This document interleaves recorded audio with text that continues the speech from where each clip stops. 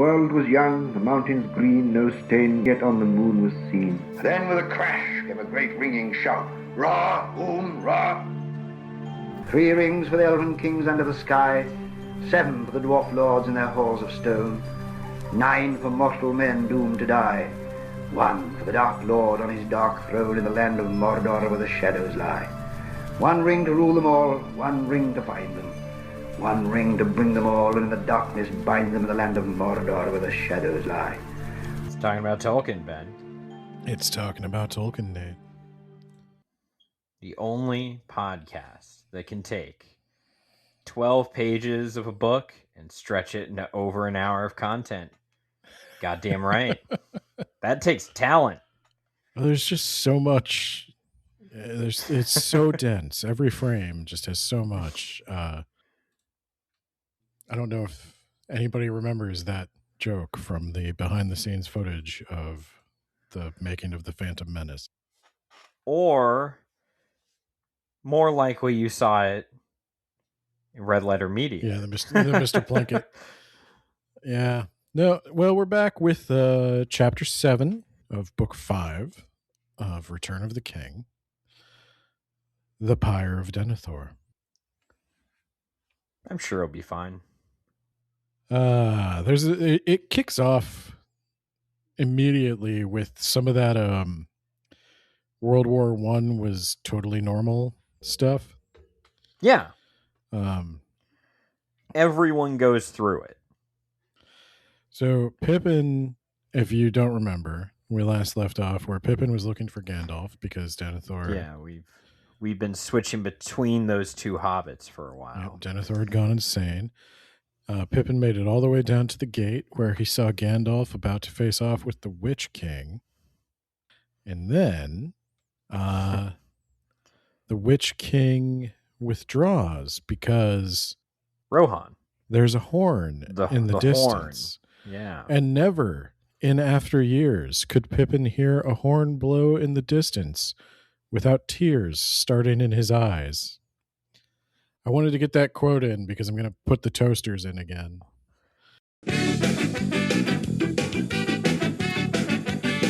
I brought it back. The horn of Rohan is also the toasters. Oh, yeah. Yeah. Gandalf, he moves to chase the Witch King. Yeah, it's a choose your own adventure. It made me think of, the Futurama choose your own adventure for Calculon, where you're like, do you want to see Calculon rush over and do an action scene? Or do you want to see him sit here and finish his overdue taxes? Answer now! And you're like, oh, hell yeah, Gandalf is going to go fight the Witch King? It's going to be awesome. And click A, and it's like, you have chosen. Go annoy Denethor. I'm like, no, I didn't. I'm almost sure you did. Yeah, so it takes some convincing, though. Gandalf agonizes about it a little bit. And well, yeah, I mean, it's the Witch King, and the alternative is like a crazy Denethor who isn't really going to be of any use to anyone. He's completely lost it. And he's like, but it is also Faramir. Yeah, first Gandalf's like, what the hell are you talking about? He's going to burn Faramir. And Pippin explains, like, Denethor is going, you know how we keep saying everybody's very fey right now? Well, Denethor is a little more fey than most. Denethor is extremely fucking fey right now. He's going to set himself on fire, and also Faramir.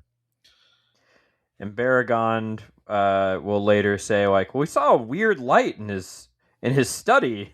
And then suddenly he came out acting like a crazy person. And Pippin was like, oh yeah, I remember him going into that room, and he came out and he was just completely insane. No one knows what could have happened in there. That's crazy.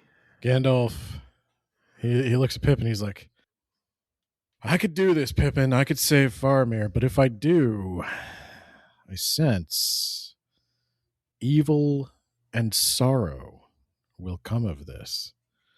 And Pippin's like, well, evil and sorrow are going to come from the prince being immolated.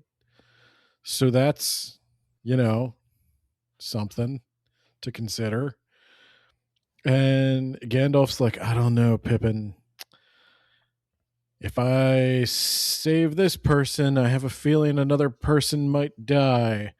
Pippin, this one's on you, buddy. What am I doing? Let's just not tell Mary later. Like when we figure out who is going to die because of my decision here, we just leave that part out.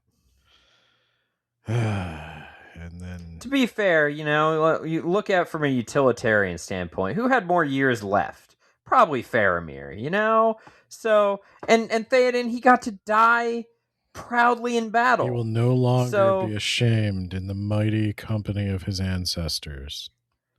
Yeah. Yeah, he gets... And we can just blame the stupid horse, that piece of shit who landed on top of him. He's the real villain here. You think Pippin was the one who carved the stone? I think we can all agree. Snowman is responsible for this. Yep, no one else. It was all Snowman, that piece of trash. Gandalf says, well, first Prince Imrahil rides past, and he's like, Gandalf, we doing this? We going? We got to go now. Rohan's here. Gandalf's like, I want to, but Pippin, Faramir is going to be on fire. Pippin won't let me out to play. Pippin says I can't, so you go, Prince Imrahil. They're going to need you, and I will be out there eventually. He's like, I do like the euphemism though. Gandalf says, I will come when I can, but I have an errand to the Lord Denethor that will not wait. Oh, and by the way, Prince Imrahil, go ahead and take command. I think Denethor is going to be a little tired after I'm done with him. And then they get up there, and this is a little bit more dramatic than the movie. Yeah.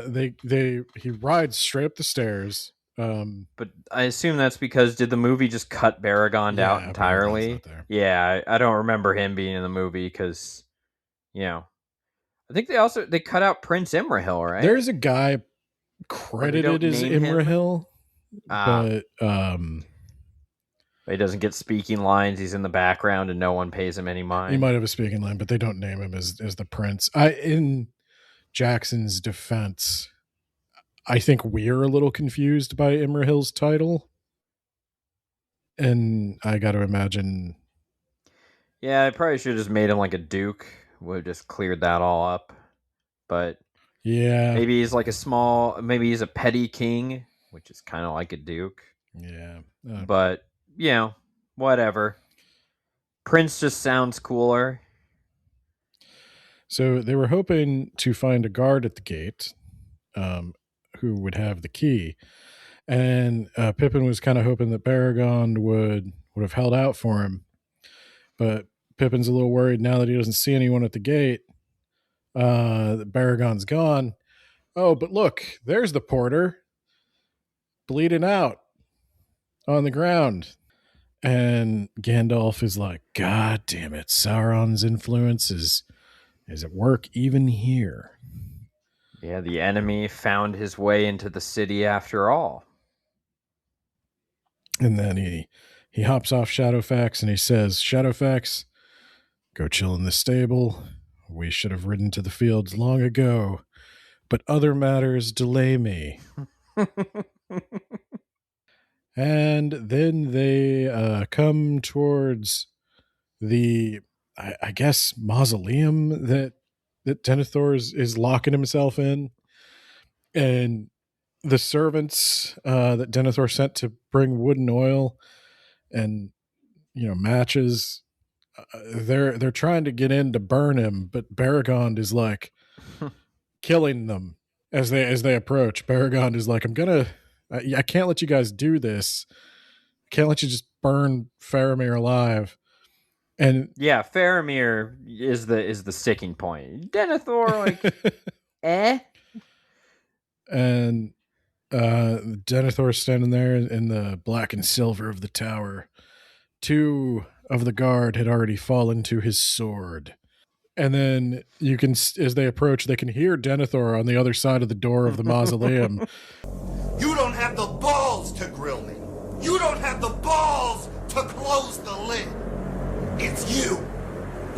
not your choice anymore. Cause I'm getting grilled today. And when I'm crispy and done, you better empty the grease tray, or my soul will haunt this grill for eternity. And he's like, are you guys so weak that you can't do one suicidal guy's bidding? Fine, I'll come out there and I'll do it myself. And Denethor, he opens the door, and as we know, Denethor walks around in full armor, because he does. He told us this. And Denethor is gonna. I mean, I would too in this city. Denethor is gonna come at Baragon from behind. Baragon's gonna have enemy in front, enemy behind. He's screwed.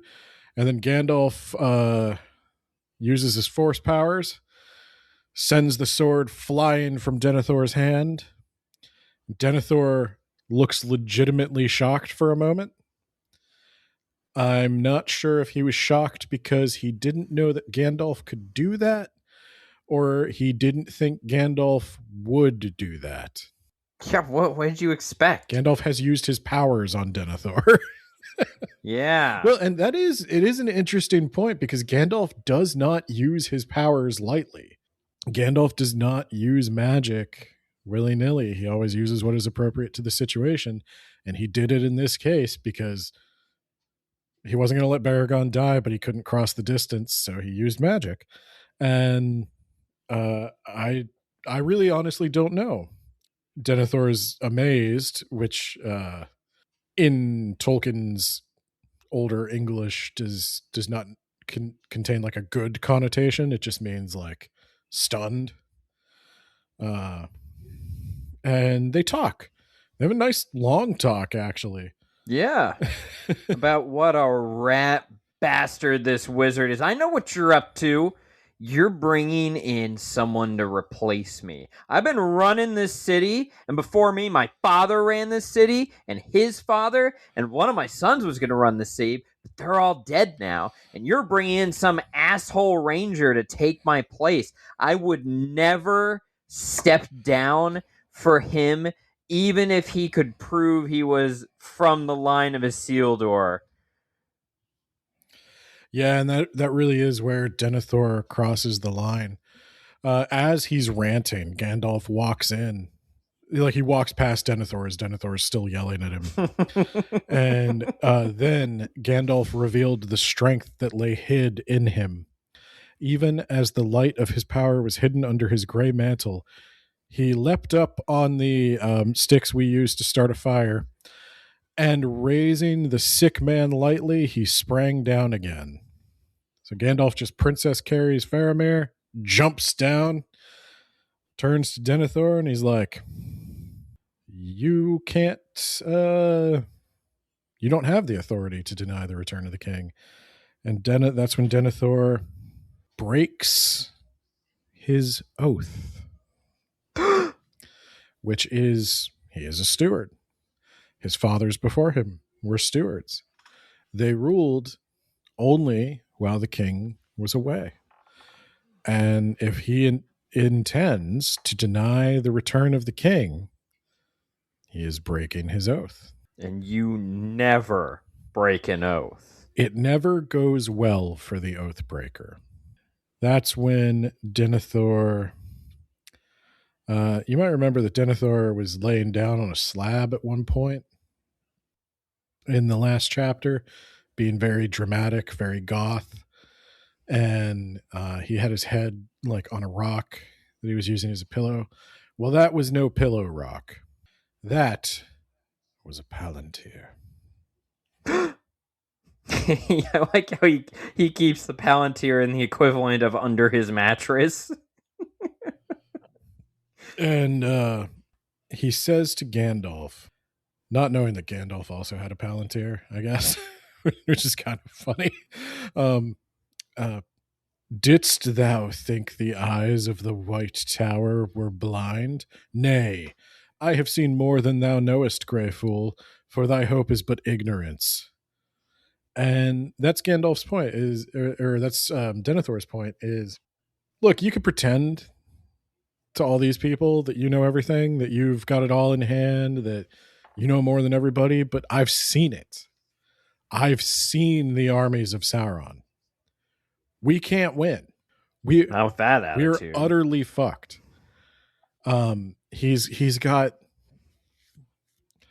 realistically, the might of Asia and Africa and an army and a handful of demonic beings and God knows how many orcs. And we are one tiny nation.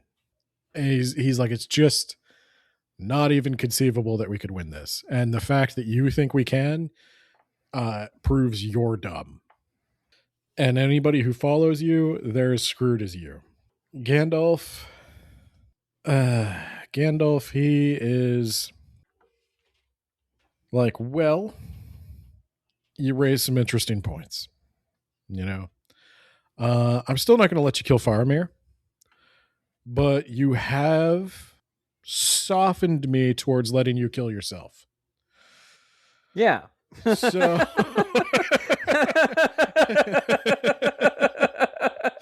it's a good way to put it. And Gandalf is he's trying, but it's that kind of trying he did with Saruman, where he tells Theoden and Aragorn, like, look, I'm an agent of the Christian God. I have to give them a chance to repent and forgive them if they do. They won't. They're definitely not going to. But, like, there's just boxes we got to check, okay? So I got to go check this box. I got to go talk to this idiot. I don't want to do it. You don't want to do it. It's painful for everybody. But it's what's right. And so he's like, Denethor, no, don't come down off the pyre, Denethor. I don't think you should do that, Denethor. Willy Wonka, no, stop, don't. Please. And then Denethor tells them to burn him. He lays down on the pyre. He puts the palantir in both hands and rests it on his chest and burns noiselessly to death. He does not run screaming And jump 2.5 off miles and then jumps off a cliff and then falls flaming. No, Denethor passes in a very metal fashion. He gave up hope and he committed suicide in one of the most horrible ways possible. And we do get a line that Gandalf says in the movie, so passes Denethor, son of Ecthelion. And all of the guards and such are standing there, kind of shocked. They watched a lot of people die today, but that was one of the worst. And well, get over it. World War I was a normal thing that everyone has to go through. So you're going to have to just carry on with this memory burned into your brain. And he says that, and so pass also the days of Gondor that you have known. For good or evil, they are ended. But Baragond, he killed some guards. That's not great. We're going to have to deal with that. But I think you guys should know that obviously what happened here, extenuating circumstances.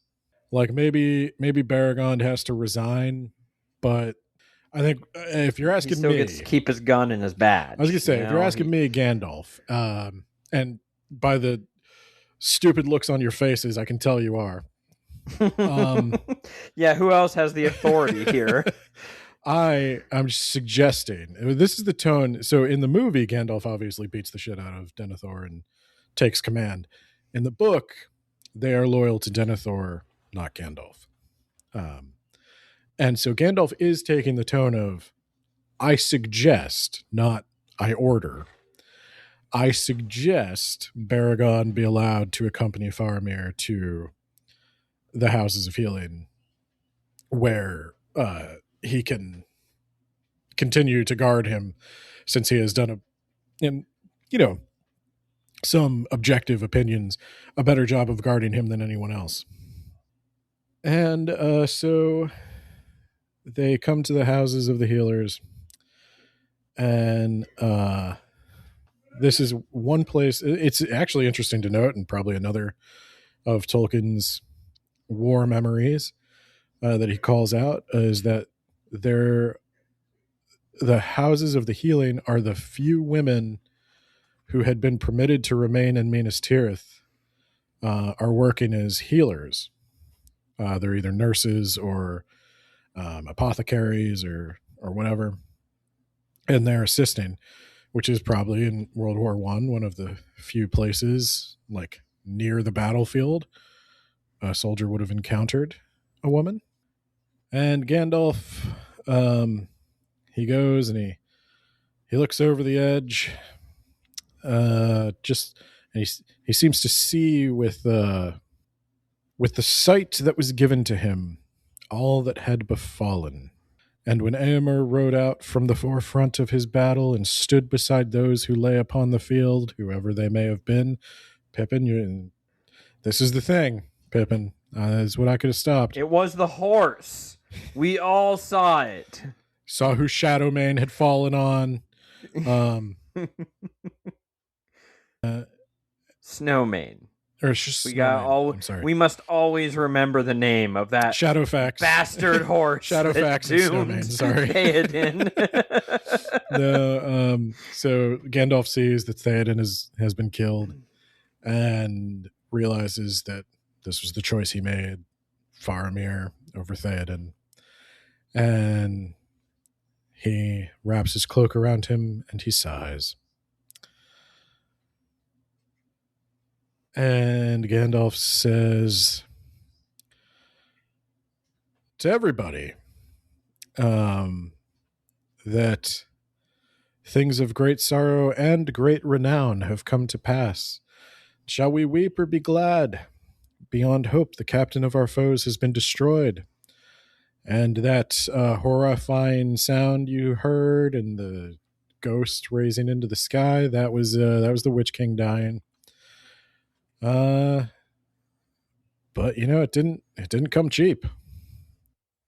Now, could the Witch King be brought back, or is he just dead? I would. I assume Sauron would have to have the power of the ring to do anything like that. Ghosts are weird in Lord of the Rings. Wait, could someone take his ring now that he's dead? Yeah, in theory, I guess. Would it be beneficial to them since Sauron doesn't control the controlling ring? Oh, the old what's Shadow of Mordor. Oh, I didn't know that was a thing in Shadow of Mordor. Yeah, the guy is dying, and as he's dying, he takes I think he takes a ring off of one of the ring wraiths at one point in the series. I forget where. So I really don't know, because he doesn't say anything about the Witch King's ring. He doesn't say it. Nobody finds it, as far as I know. Now, could he come back? It's about to be a moot point anyway. Could he come back? The phrasing Tolkien used in the last chapter, I believe, was that the voice they heard was never heard again in that age, or something like that. It's a little dramatic, and I don't know if he's talking about like that the Witch King could come back in some other age, that there could be noises like that heard in some other age. As far as I know, according to the lore, now that the Witch King is dead, and the thing that was magically prolonging his life and binding him to this world beyond the point where it should have, is not holding him anymore. That spell was broken. He should fall into the fate of men. He may go to the house of Mandos for a time, but then he's going to cross over into whatever awaits us outside the world. Can the ring wraiths just like say, "I'm sorry, Jesus," and get to go to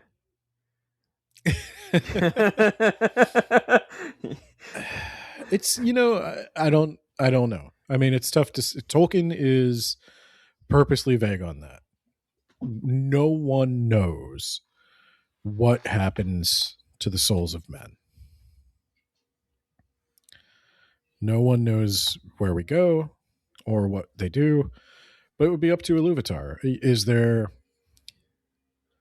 as a Christian, Tolkien never really worked hell into his mythology.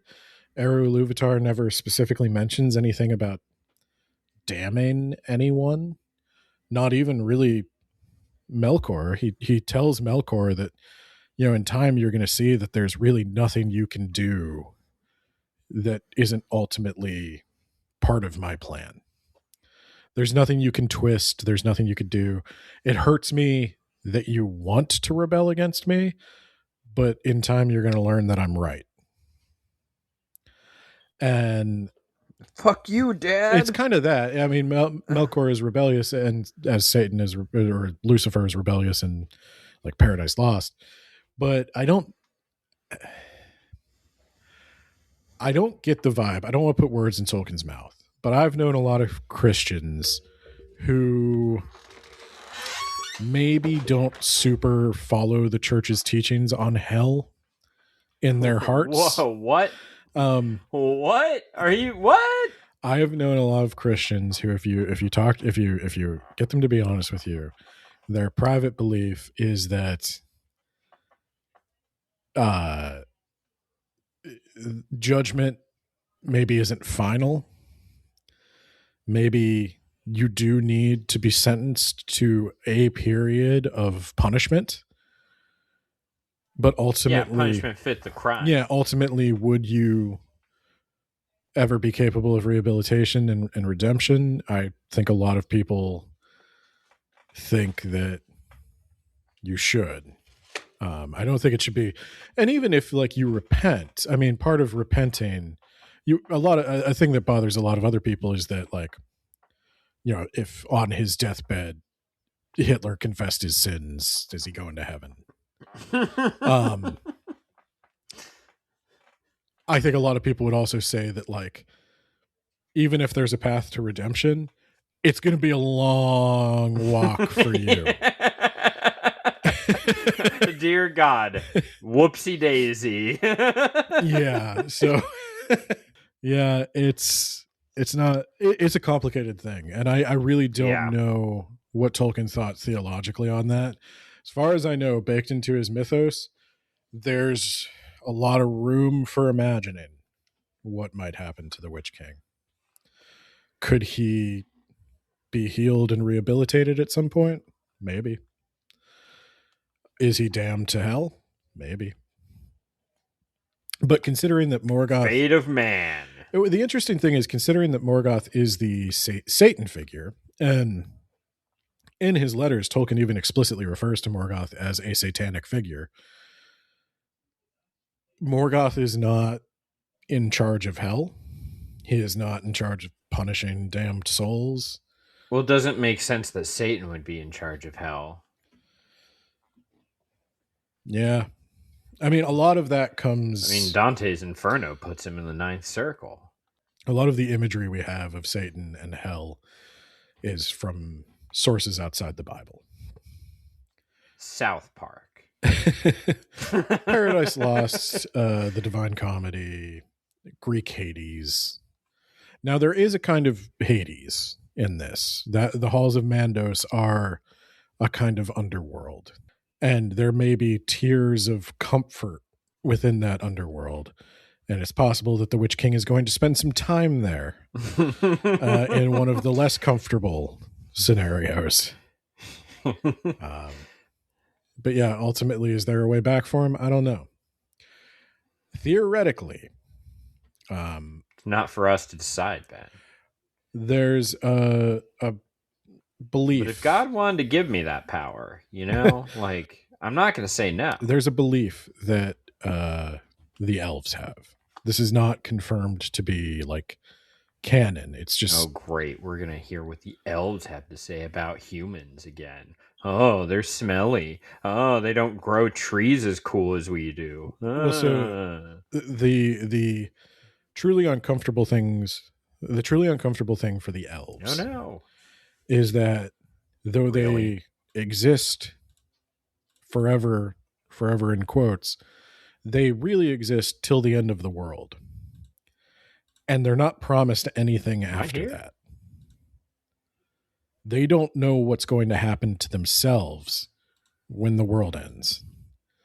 They believe, and this is kind of their hopeful belief, that once the world is destroyed, what in the hell? There will be a second music to recreate or to create a more perfect world. Where a more perfect world will be created. Elves will sing, men will sing, the dwarves will aid in the crafting of this new world. The Ents will presumably do some tree stuff. It's going to be great. Okay.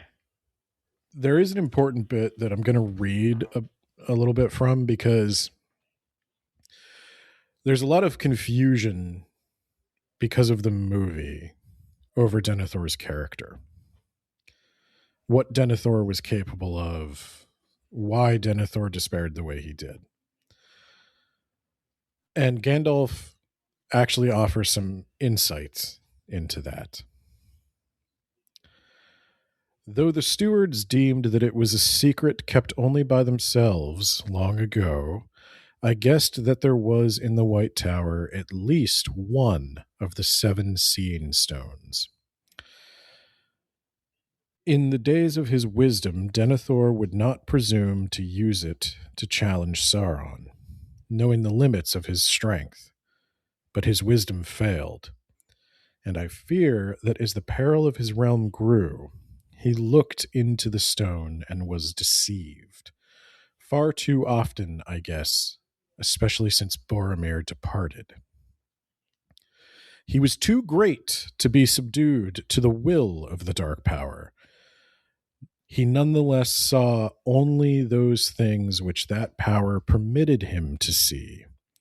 The knowledge which he obtained was doubtless often of service to him, yet the vision of the great might of Mordor that was shown to him fed the despair of his heart until it overthrew his mind.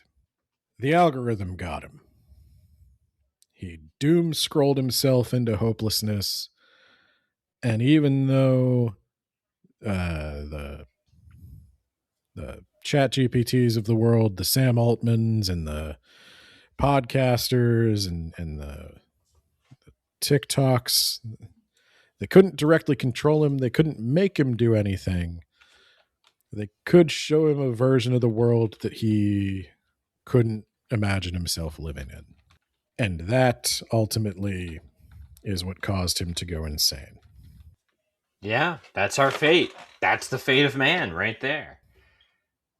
We're building an algorithm to go insane to. Now, there was one more slightly metal thing about the Palantir. So Denethor died holding the Palantir. And it was said that ever after, if any man looked in that stone, unless he had a great strength of will to turn it to other purpose, he saw only 2 aged hands withering in flame. Yeah, pretty fucking metal. I mean, and it might not be as cool as Guy Who Gets Crushed by Horse, but like, it's a solid 2nd or 3rd place right there. And at this point, the battle outside the walls has all but come to an end. They're marching, or they're at least marching in at this point with Theoden's body and Eowyn. And Gandalf is going to go down to meet them. That's where the chapter ends. We did it. Successful completion of a chapter. And next time we'll pick up at, what is it, the House of the Healing? The Houses of Healing. Yep. Yeah, I think the one thing I would emphasize, since we're not going to hear from him much again, is just that keep in mind the cost of this win at the Pelennor Fields.